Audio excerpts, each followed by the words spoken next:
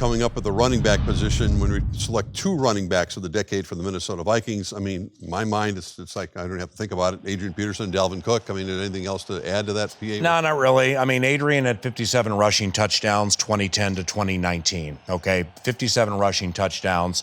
The rest of the tailbacks, not fullbacks, tailbacks, 69 touchdowns combined. Wow. And Adrian's loose. He splits the defense. 50, 40, 30. Goodbye, baby. Touchdown!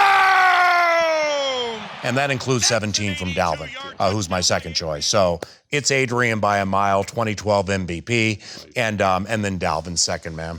Yeah, and I can't argue with that, and that's who I have on the list as well. There he goes. Dalvin Cook all the way in for a Viking touchdown. Pretty easy pickings there. Yeah, and I think, you know, I was fortunate enough to start this in 2007 when Adrian was a rookie, and I think he was the best running back, period, in the NFL for the decade. I think you have to go back to Barry Sanders to find a guy who had the skill set. We saw Dalvin Cook this year. I think a little bit toward the end of the year, he wore down a little bit. Yeah. You never saw that with Adrian. Adrian was Adrian all throughout the season, and as you look back, you realize how much teams did to scheme to stop him, and they still couldn't do it. That's a man, and that's a great running back. The underappreciated position of fullback, the Vikings put an emphasis on that with the running game. Pete, let's start with you on this side of the aisle. I guess I look at C.J. Hamm thinking, well, there's been some other choices here, but C.J.'s proven himself. Yeah, I know. I think C.J. has really done a good job, and I think Jerome Felton is another guy that you have to throw in there. You know, him getting the nod to play in the Pro Bowl and things like. You know, he was a very good, solid blocker, a big guy.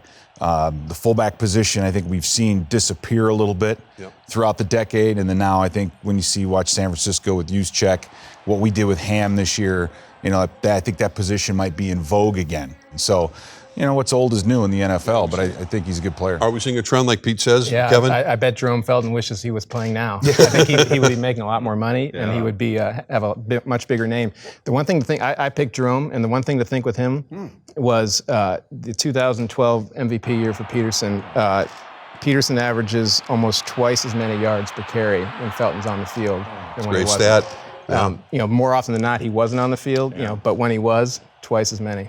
And, you know, I went with C.J. Hamm by an inch over Jerome. And Kevin, I mean, makes fantastic points. And this is a race to the wire, won by a nose for me by C.J. His special teams work. Now, that's not technically fullback, but he's a fullback, is impeccable.